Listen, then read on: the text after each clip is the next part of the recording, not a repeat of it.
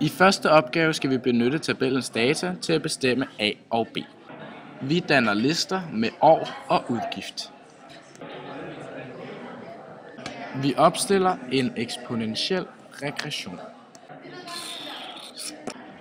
Og herfra får vi tallene A og B. I opgave B skal vi bestemme fordoblingstiden.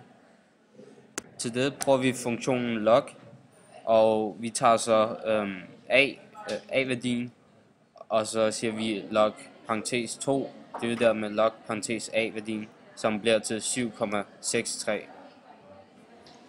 I opgave C bestemmer vi, hvor mange procent modellens værdi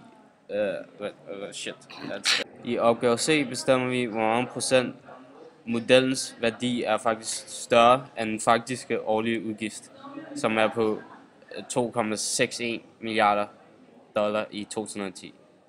Der går 11 år efter at